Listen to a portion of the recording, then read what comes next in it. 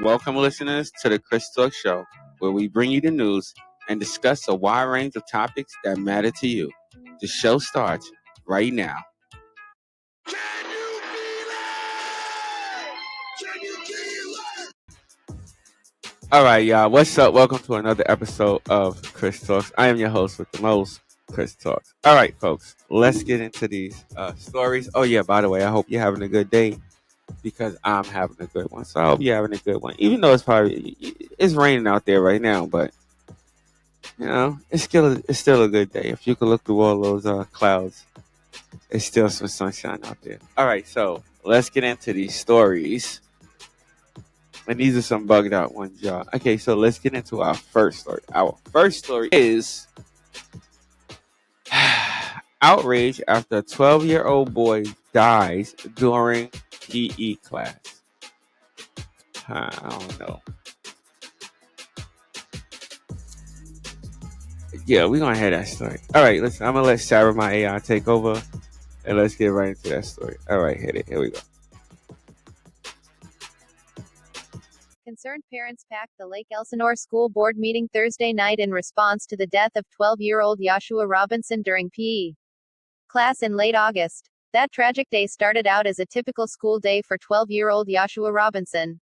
He was participating in PE activities at Canyon Lake Middle School when he suddenly collapsed and became unresponsive. "We are scared for our children," Cameron Wilson said. "No one wants to imagine dropping your child off in the morning and not being able to have that child come home with you."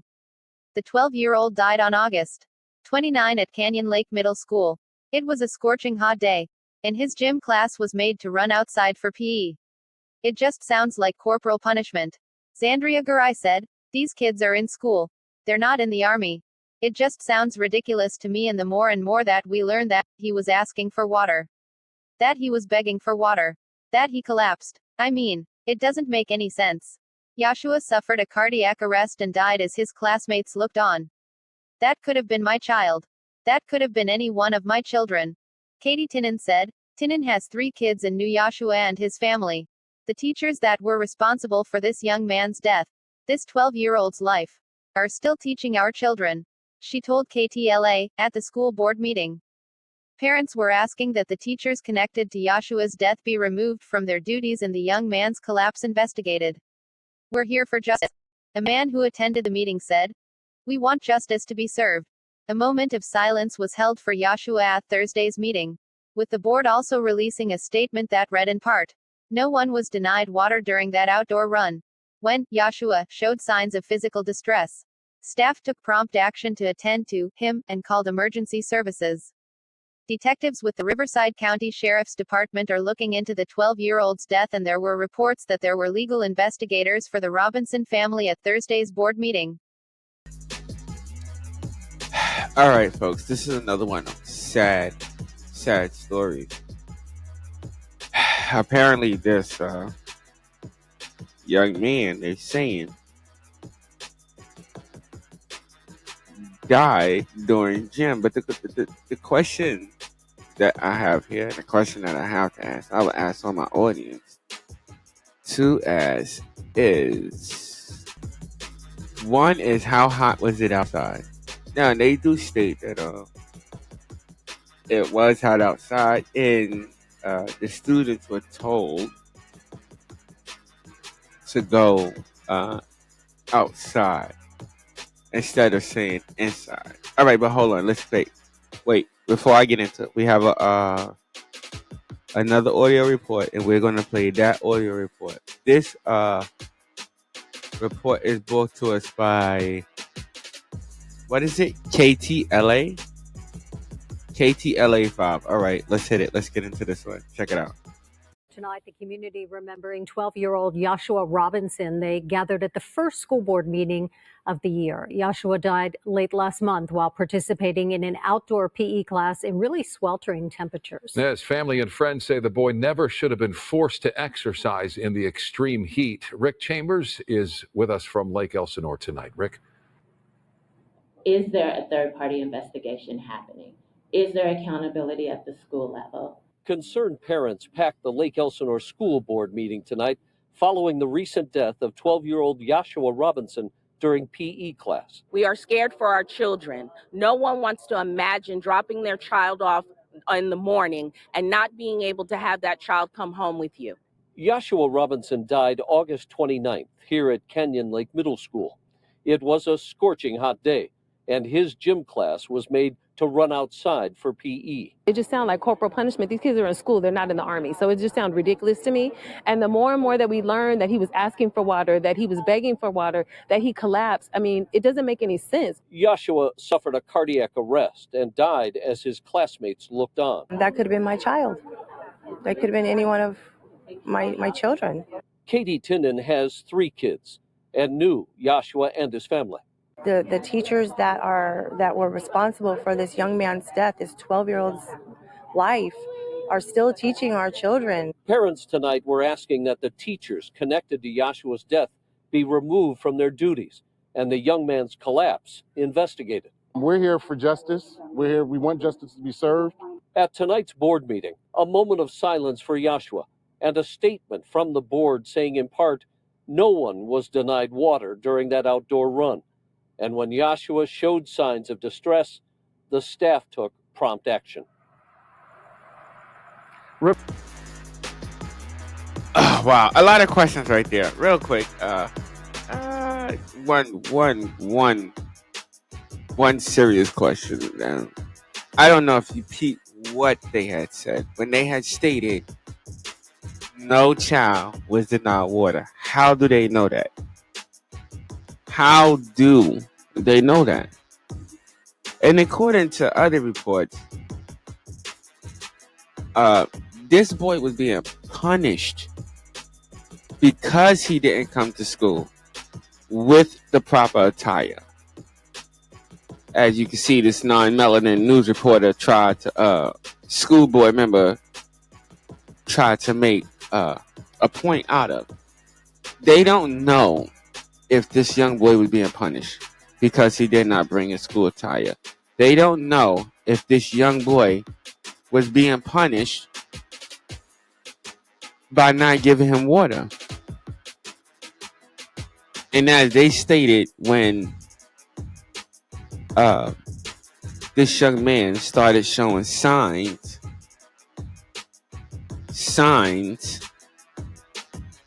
according to them, of any type of illness. Bruh. Exactly. Bruh. Signs. Bruh.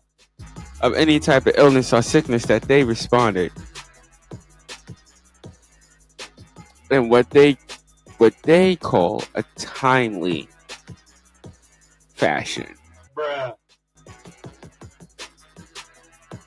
This is what I would tell Esco. Okay. You did not respond in a timely fashion. When was the time? When was the fashion appropriate? You know, like when he died, it was that the appropriate time to do it. You know, when he collapsed, that was the proper time to do it. What was the proper time? What was it?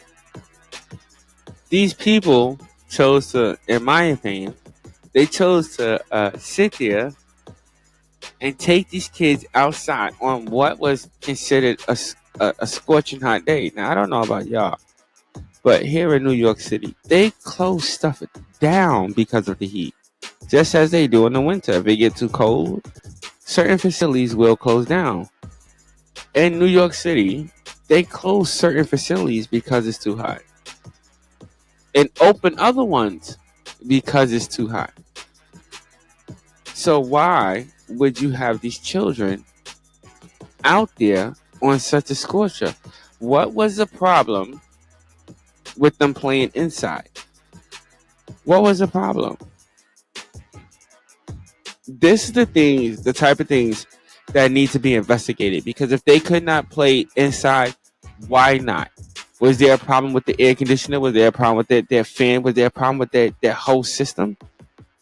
If not, why couldn't these kids play with inside of the school? Because I'm pretty sure mostly every school has some type of air conditioning system or a heating system.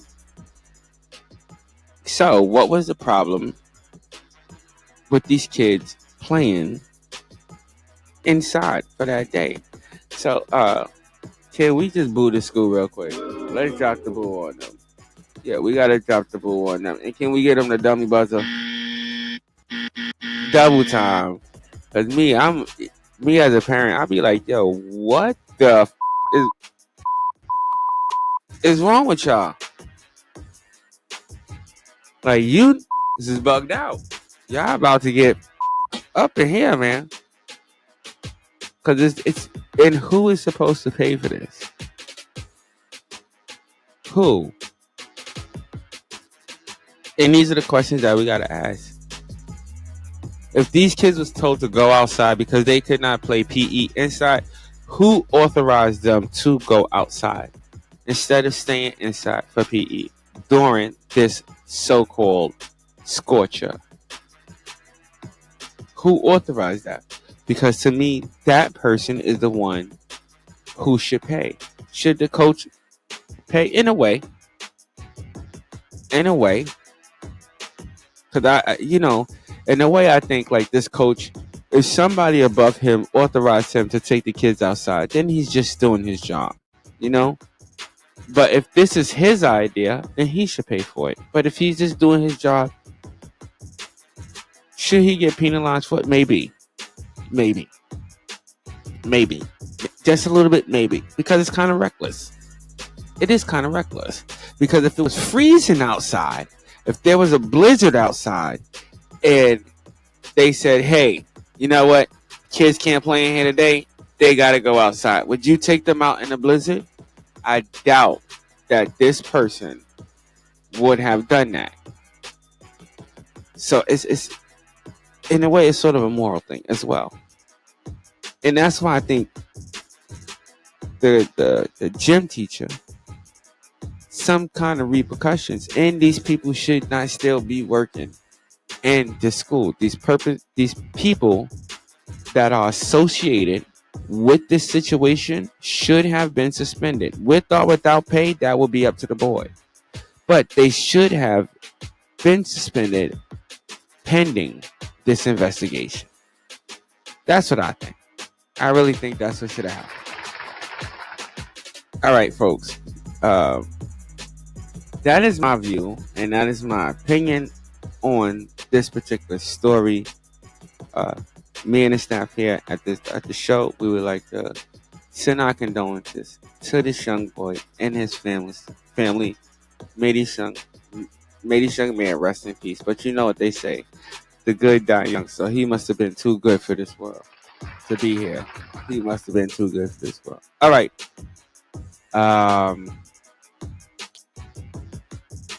Let's play these bills before we get into the second story. All right.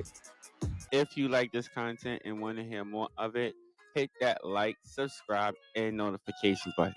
Also, feel free to leave a comment at the end of the show. Check us out on our other platforms. We're on YouTube at Chris Talks Show 1190. We're also on Instagram at Chris Talks 40 and on Facebook at Chris Talks, where we post up motivational and spiritual content to help you through your day. Hope to see you on all these platforms. All right, the bills are paid. Folks, let's get into the second story. The second story is about a judge shot to death in the driveway of his Maryland home. This is bugged out. I mean, yo, hold on. Before we get into that full report, I gotta say this. What the, people, what the is going on? What the is wrong with you people out here shooting and killing all these people? The death in just New York City. In the last story, that was I think it was Boston. I think it was Boston somewhere. And this one is in Maryland. What is wrong with you people with killing all these people? I don't know what's going on. But let's check out this story, man. This is crazy. All right. Let's let Sarah AI take over. Sarah, you know what to do. Do what you do, baby. An associate circuit court judge was shot on the driveway of his home in Hagerstown, Maryland Thursday night and later died in a hospital. The Washington County Sheriff's Office said his assailant was being sought. The victim was identified as Washington County Circuit Court Associate Judge Andrew Wilkinson, 52, of Hagerstown. He was taken to Meritus Medical Center, where he died, officials said, and a homicide investigation is underway. CBS Baltimore reported. There was no initial indication of a possible motive or whether the slaying was related to Wilkinson's duties as a judge. But Maryland State Police said Friday that troopers were deployed to protect judges residing in Washington County Thursday night for precautionary reasons. State Delegate Neil Parrott, RMD, said on X, formerly known as Twitter, that Wilkinson was apparently shot multiple times, according to the Maryland government website. Wilkinson has been a judge with the 4th Judicial Circuit since January 2020. At his swearing-in, Wilkinson said he wanted to become a judge to serve the community. The Herald-Mail reported, "It's an honor and it's humbling. And I'm happy to serve," he said. He was born in Agana, Guam in 1971 and later attended the University of North Carolina before getting his law degree at Emory University. He was an assistant Washington County attorney from 2006 to 2012. And a member of the Character Committee of the State Board of Law Examiners from 2006 to 2019. The site adds that Wilkinson was active in youth soccer and baseball. No further details were available, and an investigation is ongoing. CBS Baltimore reported the sheriff's office, which is leading the investigation, said a press conference is planned for Friday. Hagerstown is about 75 miles northwest of Baltimore, near the state lines of West Virginia and Pennsylvania. All right, folks. So, apparently, this judge, somebody just busted him. Like,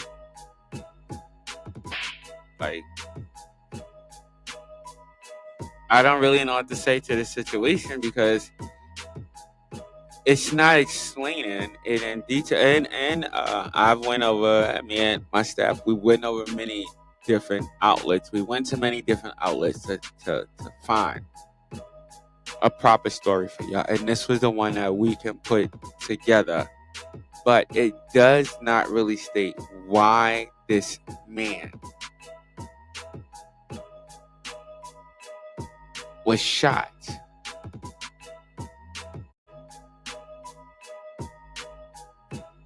It doesn't really state. It really states that this man was shot and that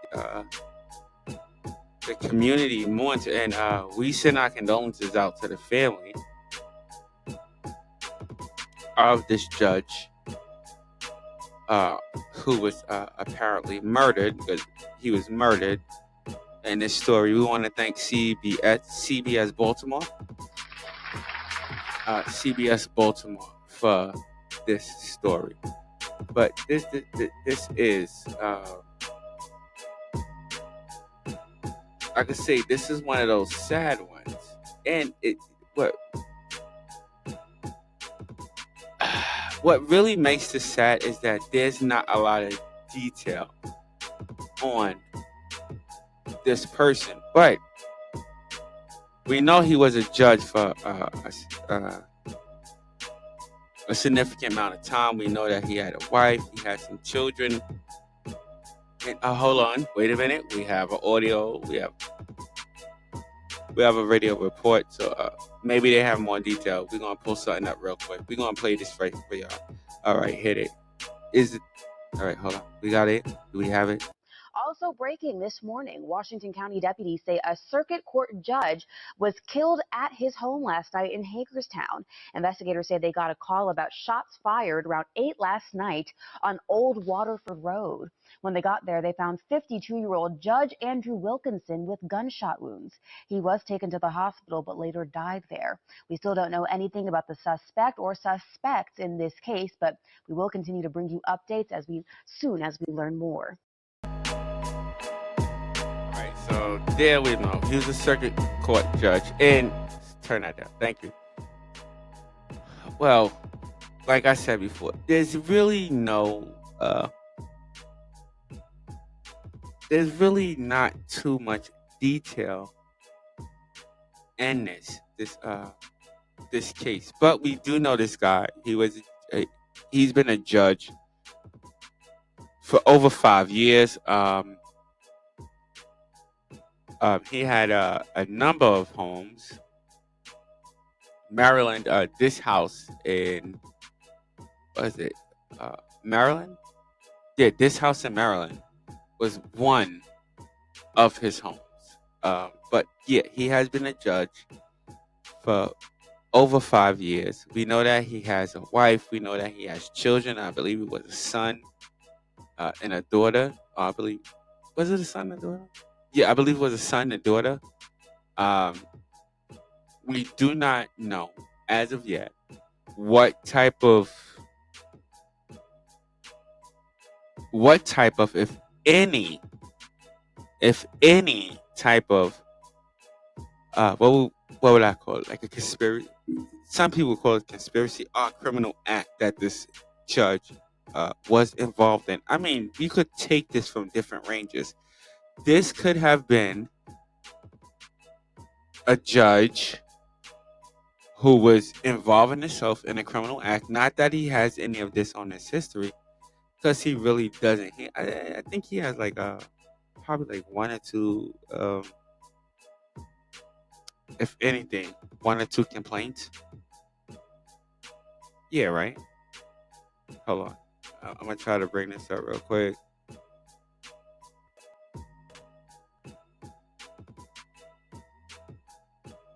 Yeah, like one or two complaints, but it's like, yeah, one or two complaints, but it's nothing serious. It's like, it's nothing that you would consider serious. Like, you know what I mean? Like, to me, it's some BS complaints when you look at when you really look at it. It's some BS complaints. You know what I mean? So it's not serious. And other than that, there's nothing to say about this guy. They don't have too much on it. We did try to, what was it? I think he has some account. I forgot what it was. I've never heard of this place. It wasn't Twitter. It wasn't, what is this other one? What's the other one? Twitter and TikTok. Yeah, it wasn't Twitter. It wasn't TikTok. It was some other website. And folks, we don't know about it. We are not about to sign up on it. But he does not. I mean, that's something I researched. He doesn't have a Facebook or any other thing like that. So I think this was just like, I don't want to throw any what's the word I'm looking for? I don't want to go out the box, but I am going to go out the box a little bit. This could have probably been a situation, and I don't want to throw it just around, but this could have probably been a situation of somebody he sentenced, and this could have been a retaliation for somebody he sentenced, whether it be present or past. Somebody could have came from the past and retaliate on this man. Somebody that he could have sentenced in a previous trial or court case, and that if I was if I wasn't part of that investigation team, that's something that I would investigate. He could have had this could have been a marital thing. It's so many different ways that you could go with this. It could have been something wrong with his marriage. That could have been the situation. He could have been about money. You know, this could have been a robbery, attempted robbery. This could have been so many different things. But this story, me and my staff will follow up because we need to know why this happened to this man who is such a respected person in his community and also amongst his co-workers, because in the information that I have personally dug up, he is respected by his co-workers. So it's kind of like, what's going on. I don't know yet if this man was criminally involved in something. I don't know. There are some bad judges out there. There are some crooked judges out there. We don't know if this non-melanin man was one of them. We don't know. We don't know if this was a retaliation for something that he did do. I mean, it was a civil court. He was a civil court judge, right? Yeah, but I mean, some people some people get mad.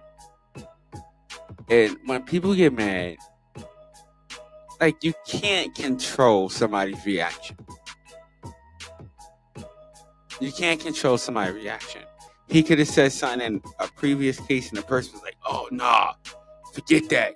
I'm getting blah, blah, blah, blah, blah. You don't, like, bruh. You don't know. We don't know. Until this case is fully resolved. We're going to stay on this one. This was a good one, by the way. Ed, thank you for sending this story. Thank you so much.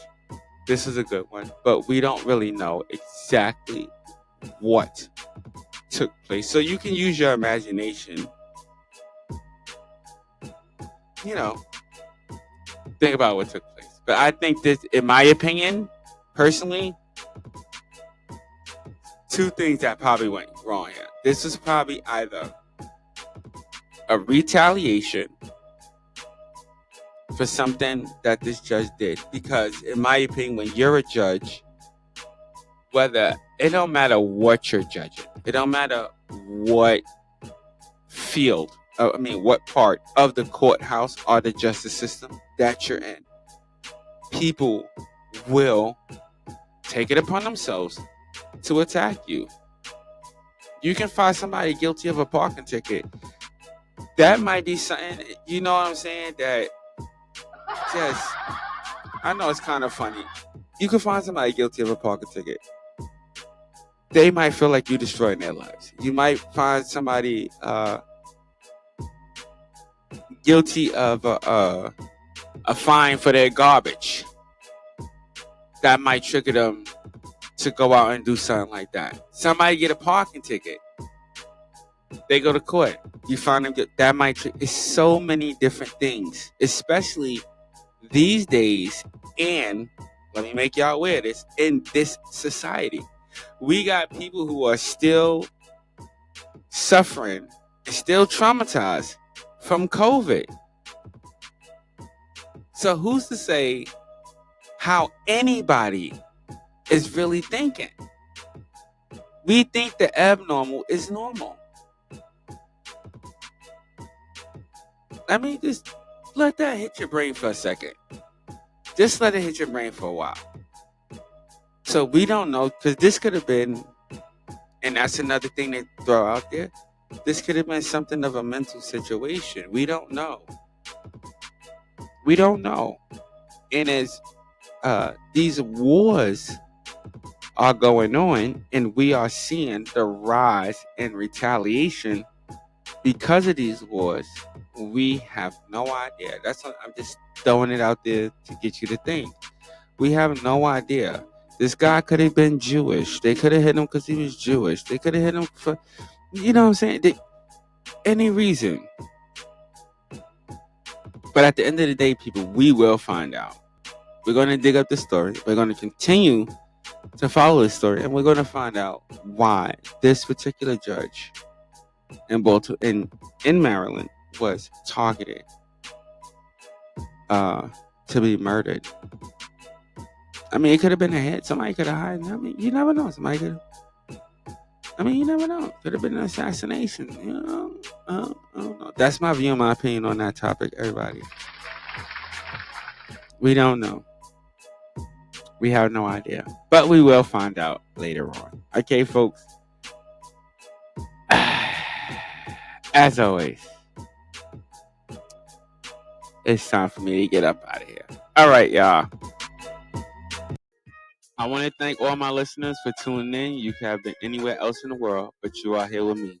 And I appreciate that. Also, stay blessed and not stressed. Until next episode, peace.